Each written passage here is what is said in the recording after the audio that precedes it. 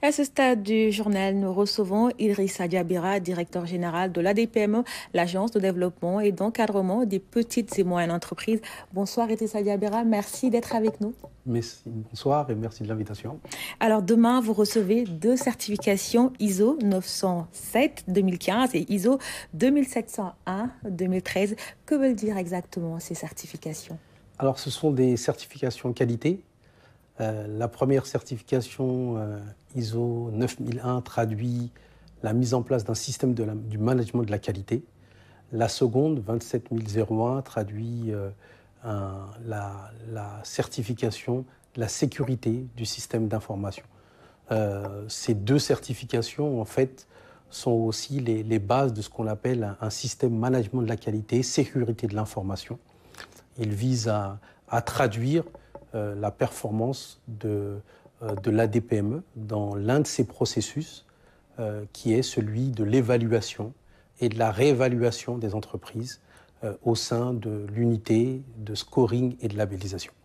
Alors, les certifications étaient jusque-là l'apanage du secteur privé. Pourquoi vous, en tant qu'institution publique, vous vous y engagez?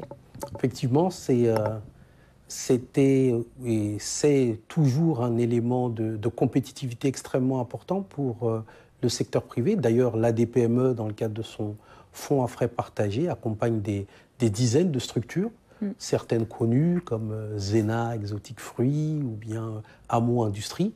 Qu'est-ce que ça leur permet? Ça leur permet d'affronter la concurrence internationale, d'exporter, d'être crédibles sur ce qu'ils font. Pour les administrations publiques, ce qui fait la caractéristique des grandes nations, et du Sénégal en particulier, c'est deux choses. D'avoir une démocratie qui est forte et d'avoir un État qui est fort. Et un État qui est fort, c'est un État qui dispose d'une administration efficace. En 68, le président Senghor créait une structure dédiée à disposer d'une administration qui soit efficace pour aider notre jeune État à mettre en œuvre sa politique de développement économique et social. C'était le BOM, le Bureau Organisation et Méthode. Ces dernières années, le défi demeure et le chef de l'État et son gouvernement ont entrepris justement une profonde réforme pour faire en sorte que l'administration soit efficace et soit à la hauteur de la volonté du développement économique et social. Et c'est en cela, justement, que l'ADPME, pour pouvoir jouer son rôle, répondre aux attentes des entreprises, faire en sorte que ces dernières bénéficient des soutiens qui soient attendus, s'est engagé dans une profonde démarche qualité et justement sanctionné par ces certifications ISO 9001 et ISO 27001. Alors, qu'est-ce que cela induit en termes d'effet sur vos interventions à l'ADPME? Alors, c'est extrêmement important puisque lorsque vous interrogez les institutions financières, la première cause de non-financement des PME qu'elles évoquent, c'est l'absence d'informations fiables sur les entreprises. En 2003, en 2010, se sont tenues des concertations nationales sur le crédit au Sénégal qui mettaient en exergue les blocages au financement des petites et moyennes entreprises. Plusieurs recommandations ont été prises et mises en œuvre par le gouvernement. Il s'agissait de créer des mécanismes de garantie, le FONGIP a été mis en place. Il s'agissait de créer des institutions dédiées, le FONGIP, le FONSIS, l'ADER, la BNDE ont été mises en place. Et l'une des principales recommandations, c'était de réduire l'asymétrie d'information entre les PME et les institutions financières. Et donc cette recommandation a été confiée à l'aide des PME en mettant en place un programme de labellisation, ce que nous avons mis en œuvre et qui permet de donner le carnet de santé financier de la PME pour elle-même, d'abord, savoir comment est-ce qu'on se comporte, quelle est sa performance, mais aussi pour pouvoir faire la passerelle avec les institutions financières et que ces dernières puissent vous faire confiance pour financer vos demandes ou pour accéder à des marchés, que ce soit sur les marchés publics ou sur les marchés privés. Et donc, au travers de cette double certification, on sanctionne une crédibilité d'une institution publique, à savoir l'ADPME, d'accompagner les PME, de leur donner instruments pour aller vers des institutions financières et pour demain, effectivement, devenir des champions. Est-ce que donc, à travers ces 2 certifications, on peut espérer à plus de financement pour nos petites et moyennes entreprises? Absolument. Je pense que c'est une des réponses les plus structurelles à la problématique du financement des petites et moyennes entreprises. Nous avons eu l'occasion, au début de votre journal, de voir le chef de l'État, justement, appeler à des ressources supplémentaires pour pouvoir financer notre développement. Nous disposons au Sénégal, dans la zone UEMOA, d'une banque centrale, d'un secteur financier qui est relativement dynamique. Il s'agissait d'avoir les outils et les instruments pour faire en sorte que ces deux acteurs, à savoir les PME et les institutions financières, puissent se parler. Au travers de cette certification, l'enjeu pour nous, c'est maintenant de démultiplier ce qu'on appelle le scoring universel, le nombre d'entreprises qui pourront bénéficier de leur propre carnet de santé et faire en sorte justement de donner confiance et de mobiliser donc des ressources auprès du secteur financier et bancaire en particulier. Alors, ces normes visent la sécurité de l'information, mais aussi la qualité. Quel a été le processus suivi? Alors, je parlais du BOM, et je pense qu'il nous a mis le pied à l'étrier, puisque dans sa mission de faire en sorte que l'administration soit efficace, il a promu une démarche qui s'appelle le CAF, le cadre d'auto-évaluation de la fonction publique. C'est une démarche qualité mise en œuvre dans les institutions et les administrations européennes qui vise à s'auto-évaluer et à savoir comment est-ce qu'on répond mieux aux différentes parties prenantes, à savoir les clients, les contribuables, mais également l'État.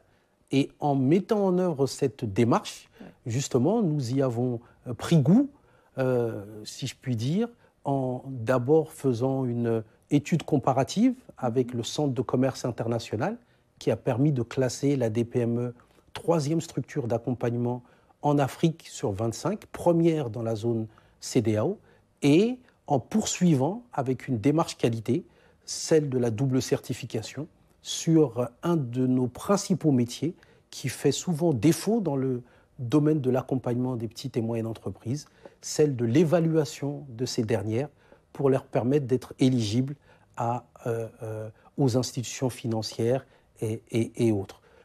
Et donc, on ne s'arrête pas là. L'objectif, c'est d'étendre le périmètre de cette certification et de poursuivre, parce que ce que l'on dit, surtout à l'heure de la digitalisation, c'est de faire en sorte d'avoir des administrations, comme on dit, exponentielles, susceptibles de faire beaucoup plus que ce qu'on attend d'elles, parce qu'on sait que les défis sont importants et que les attentes de nos entrepreneurs sont grandes.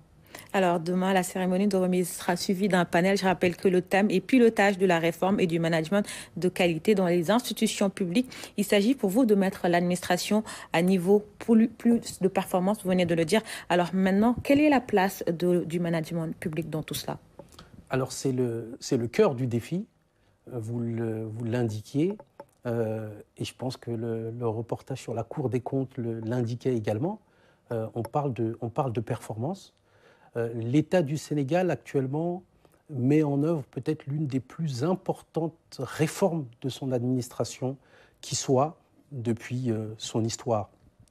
Et est très en avance quasiment sur les pays d'Afrique de l'Ouest, parce qu'on passe d'une logique de moyens à une logique de résultats. Ce sont des directives de l'UEMOA que l'État du Sénégal a internalisées et sur lesquelles le ministère des Finances et du Budget est chef de file. L'enjeu, c'est plus simplement de disposer de ressources.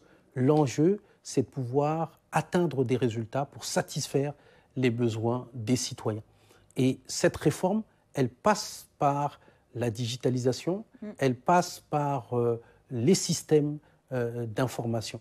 Et donc, les thèmes que l'on sera amené à aborder demain, ils visent à traduire ce défi dans lequel l'État du Sénégal est engagé, dans lesquels d'autres institutions, je veux parler de l'ADIE, j'ai parlé du BOM, du port autonome de Dakar, d'autres institutions qui s'évertuent, ou des administrations centrales comme la douane et autres, s'évertuent à être au niveau d'exigence de plus en plus grand des citoyens et partager, que ce soit notre expérience et celle des autres, pour démultiplier cette volonté du chef de l'État d'avoir une administration à la hauteur des fortes exigences en matière de développement du pays, et en particulier pour le secteur privé, parce qu'on sait que c'est celui qui est le levier essentiel de la création d'emplois et de richesses, et en particulier les PME. Très bien. Si la transformation numérique reste un défi pour l'administration publique, la qualité reste également un énorme défi pour les PME qui ont besoin de données fiables pour pouvoir capter des financements. Absolument. J'indiquais, et l'ANSD a ces dernières années fait une enquête remarquable, le recensement général des entreprises, qui traduit que 3% simplement des 408 000 entreprises recensées disposent d'états financiers. Et je fais souvent la boutade en disant qui accepterait de donner sa fille ou sa sœur à un parfait inconnu uniquement parce qu'il a un grand boubou. Tout le monde répond bien évidemment personne. Ce que l'on cherche, c'est de savoir qui sont ses parents, d'où il vient, quel est son historique. Pour les PME, pour les entreprises, c'est la même chose. Qui accepterait de confier des ressources qui ne sont pas les siennes, parce que c'est les ressources des clients, à une entreprise dont on ne sait rien, dont on sait simplement la volonté de son dirigeant? Personne. Donc les états financiers, c'est aussi l'historique de l'entreprise. D'où est-ce qu'elle vient? Qu'est-ce qu'elle fait? Comment est-ce qu'elle a été en mesure d'utiliser ses ressources? Qu'est-ce qui fait qu'elle a pu générer de nouvelles ressources?